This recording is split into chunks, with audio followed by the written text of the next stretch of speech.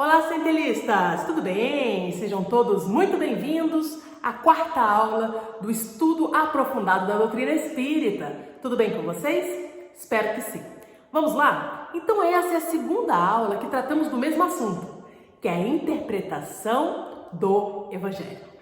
E existem critérios para isso. E alguns critérios são importantes para nós já determinarmos desde o começo, para nos facilitar a jornada. Vamos ver alguns? Bom, hoje nós vamos tratar de 3 critérios. O primeiro critério é saber retirar o espírito da letra, ou seja, entender o sentido espiritual da mensagem, né? Então, por exemplo, quando Jesus diz: deixai os mortos enterrar seus mortos. Bom, primeira coisa, nós sabemos que um morto, verdadeiramente, não pode enterrar outro. Nós sabemos que somos nós que fazemos, nós aqui encarnados ainda, que fazemos essa transição, aqui pelo menos no Ocidente, através de um velório, né? de um enterro ou de uma cremação. Mas o que Jesus queria dizer com isso? Olha, o momento desse espírito de evolução aqui já terminou. Vá atrás da sua evolução. Jesus, em momento nenhum, estava dizendo para deixar o ser que desencarnou, o corpo do ser que desencarnou lá de qualquer jeito. Não é isso. Jesus tem bom senso. É lógico que não é isso. Mas o espírito da mensagem é essa. Olha, aquele já terminou sua jornada aqui. E você? Aproveite enquanto ainda está aqui para fazê-lo. Então, existem inúmeras passagens do Evangelho que, se nós não tivermos o cuidado de tirar essa explicação espiritual da mensagem e nos apegarmos tão somente à literalidade, ou seja, ao que está escrito, vai nos soar de uma forma muito esquisita, né? Vai até muitas vezes nos parecer errado, mas não é. É só um trabalho de interpretação que nós precisamos ter. Emmanuel nos diz, olha que coisa interessante, que uma morte verdadeira, ou seja, está dizendo deixar os mortos enterrar os mortos, né? Que a pior morte, na verdade, é a morte, ele fala aqui, um gênero, né? Dos seres sem atividade espiritual edificante, de alma endurecida, de coração paralisado. O que ele está dizendo aqui de morte morrida? Não, ele está dizendo dos seres que estão às vezes encarnados e que se fecharam para a evolução, que não se dedicam à espiritualidade, que não se dedicam a serem melhores. Ou seja, você pode estar vivo e morto ao mesmo tempo. Então, essas são lições para nós empregarmos nos textos do Evangelho, para que nós possamos compreender o verdadeiro espírito da mensagem, porque é ele que vai verdadeiramente nos auxiliar a compreender a verdade e assim nos auxiliará também a colocarmos em prática. Muito bem, e esse é o primeiro. Aí existe um segundo critério. O segundo critério chama assim: situar-se na mensagem para simplificá-la. Aí você diz, o que isso quer dizer? É situar-se, ou seja, se coloque na mensagem.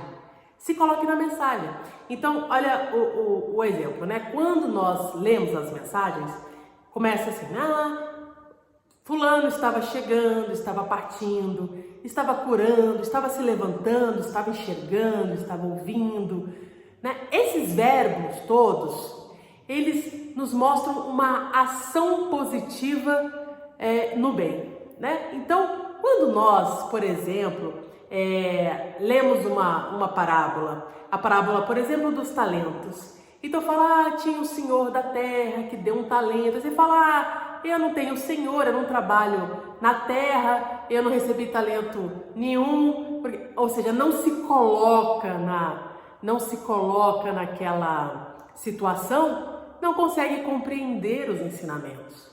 Toda vez que a gente, por exemplo, quando Jesus fala, olhai os lírios do campo, olha só, nem Salomão vai se vestir como ele, eles não tecem, mas são lindos, maravilhosos. maravilhosos, a cada dia basta ser um mal. Se você não se colocar, então você lê, fala, bonito, entende ou não a mensagem, mas não consegue deixar ela mais concreta, tem dificuldade, porque não se coloca naquela posição.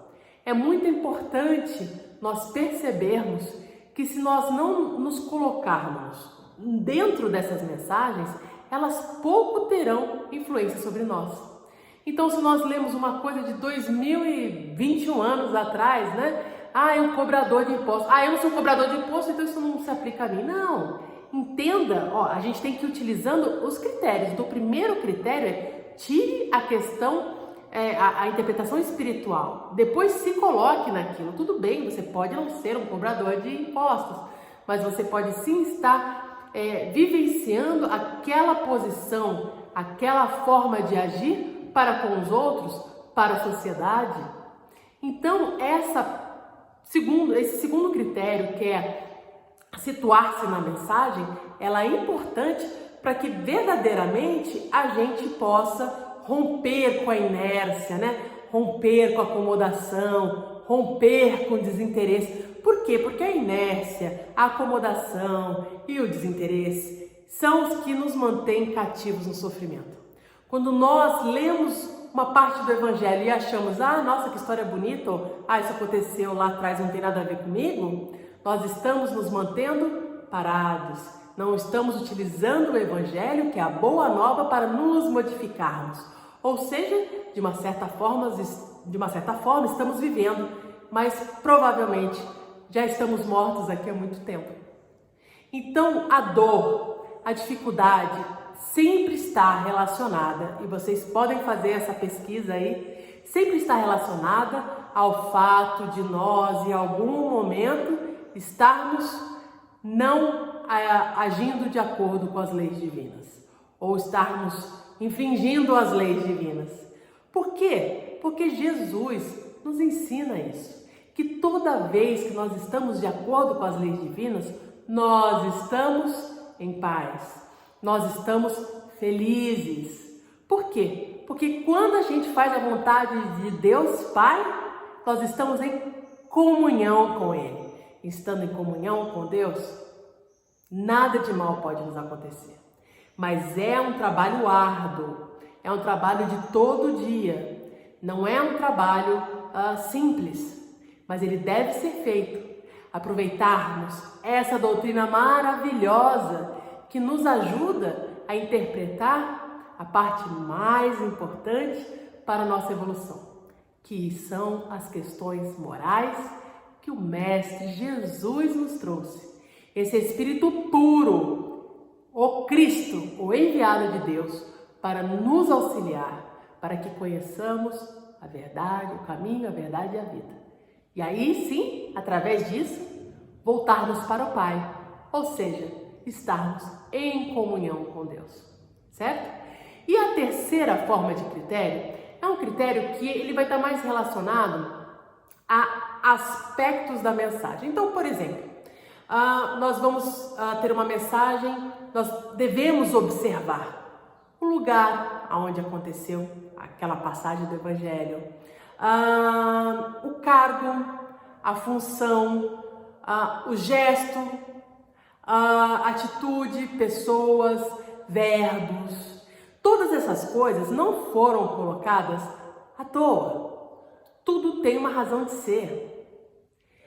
Jesus é um Espírito puro, em conexão direta com Deus. Então, tudo que ele fez é perfeito. Então, quando as histórias, os gestos, as pessoas, o momento, as cidades, o povo, tudo isso faz parte da interpretação do Evangelho. Nós, como estudiosos do Evangelho, nós não podemos deixar isso para lá. Achar que é uma bobagem, que é uma besteira, porque não é.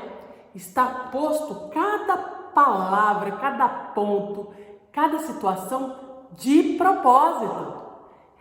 De propósito. Para quê? para que faça mais sentido. Eu vou trazer um exemplo para vocês que o próprio livro traz, que é excelente. Olha, vamos lá. Olha como tudo está encaixado. Ó, olha só. O exemplo da parábola do samaritano. Eu vou ler e vou ler o comentário, porque não dá para perder nenhum pedacinho. Olha só. Por exemplo, na parábola do bom samaritano, temos essas informações. E respondendo, Jesus disse: Descia um homem de Jerusalém para Jericó e caiu nas mãos dos salteadores, os quais os despojaram e, espancando-o, se retiraram, deixando-o meio morto. E ocasionalmente descia pelo mesmo caminho certo sacerdote, e vendo-o, passou ao largo. E de igual modo também um levita, chegando àquele lugar e vendo-o, passou ao largo.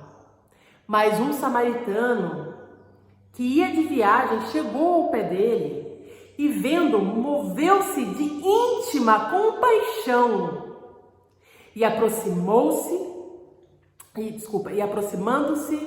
atou-lhe as feridas, aplicando-lhe azeite e vinho, e pondo-o sobre sua cavalgadura, levou-o para a estalagem e cuidou dele. Lucas. Olha só. A análise dessa parábola exalta, com razão, a figura do samaritano. Quem é o samaritano? Porque você lê e fala, então um não fez, outro não fez, o outro fez.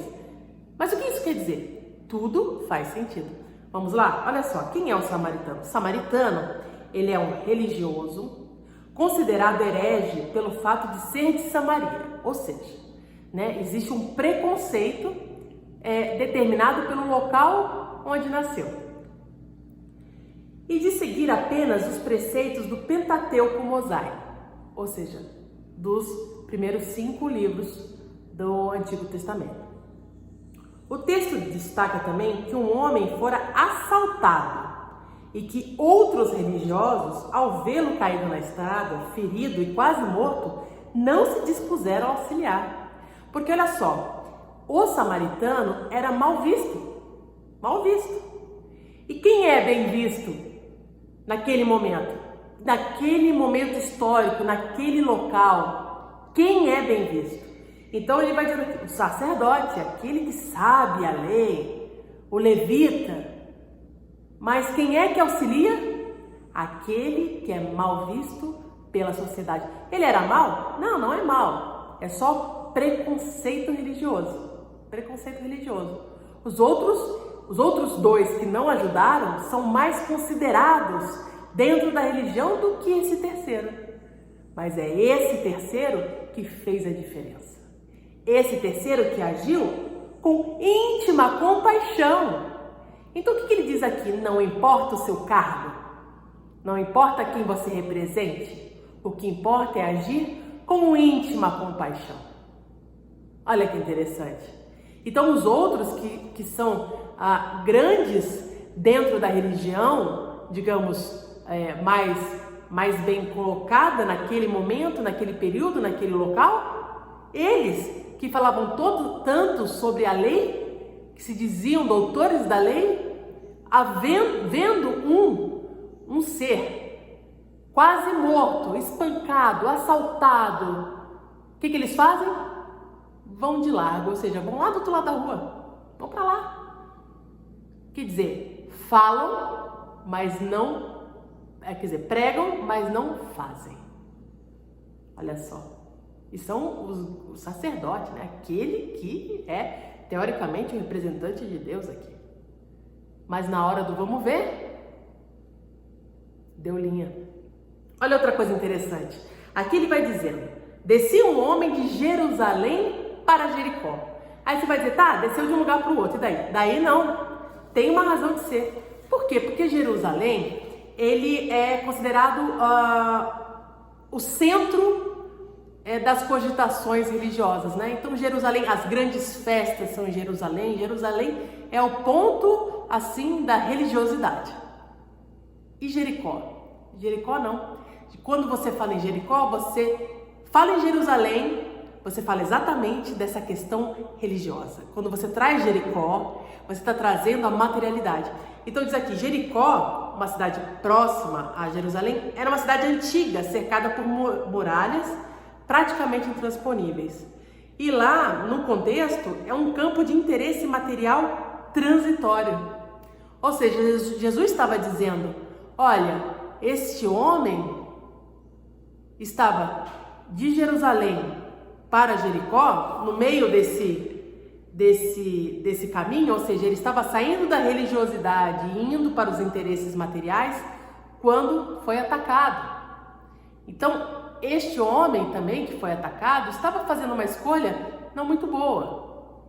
Então, tem muitos aspectos que não é simplesmente tinha uma pessoa descendo daqui para lá e aí foi assaltada e alguém ajudou. Isso é um aspecto, mas nós precisamos observar o contexto histórico, o lugar, os cargos, as ações, quem fez o quê, por que fez.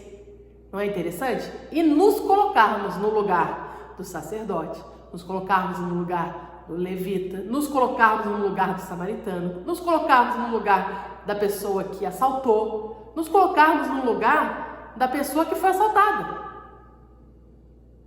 Isso que significa, como eu disse para vocês no segundo critério, situar-se na mensagem para simplificá-la e para refletir. Muito bem. Então, o que a gente tira de importante dessa parábola? Primeiro, disposição de servir do samaritano. O samaritano podia falar, eles passaram, eles não me reconhecem, eles passaram e não fizeram nada, por que eu vou fazer? Não poderia? Poderia. Então, o fato dele sofrer preconceito não impediu ele de ser melhor. Olha que legal. E nem de ficar rebatendo os outros. Ele não ficou aí, ele falou, vocês não fizeram nada. Ele não falou nada, ele simplesmente viu a necessidade e atendeu. Quanto ao perigo a que estamos expostos em razão da nossa invigilância, quando descemos dos planos de entendimento já conquistados para as ações menos edificantes, né? As quais nos sujeitam ao assédio de forças inferiores.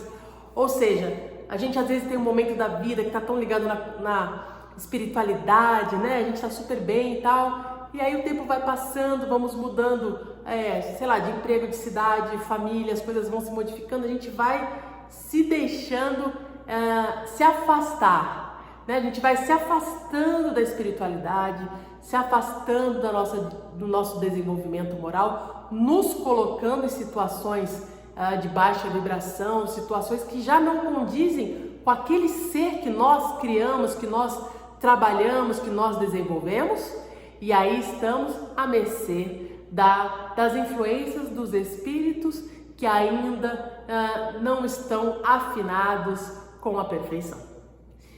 Então, quanto mais nós observarmos que fazer a interpretação do Evangelho nos dá o material necessário para podermos saber 100% como devemos agir, o que Deus espera de nós, quais são as figuras que nós exercemos dentro dessas histórias para perceber quando já evoluímos e quanto ainda precisamos trabalhar em nós mesmos.